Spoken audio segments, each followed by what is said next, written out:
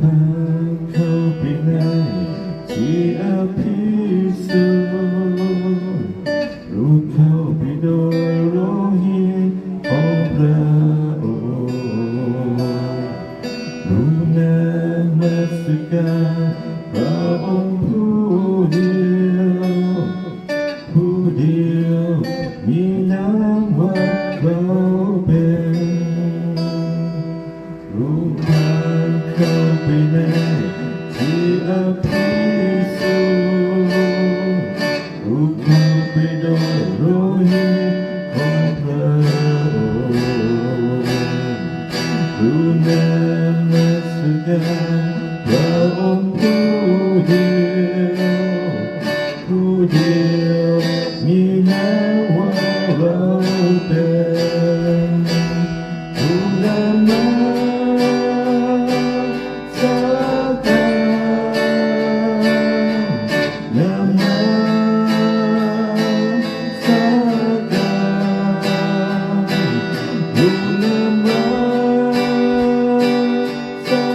การนมัสการเพราะพระนามบริสุทธิ์วิสุทธิ์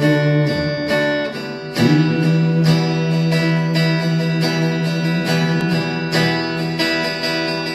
ลูกพาเข้าไปในที่อภิสุทธิ์ลูกเข้าไปโดยโลหิตของพระองค์ลูกนมัสการพระองค์ผู้เดียวมีนามว่าเราเป็นลูกนมัสการนมัสการลูกนมัสการนมัสการเพราะพระนามบริสุทธิ์วิสุทธิ์จริง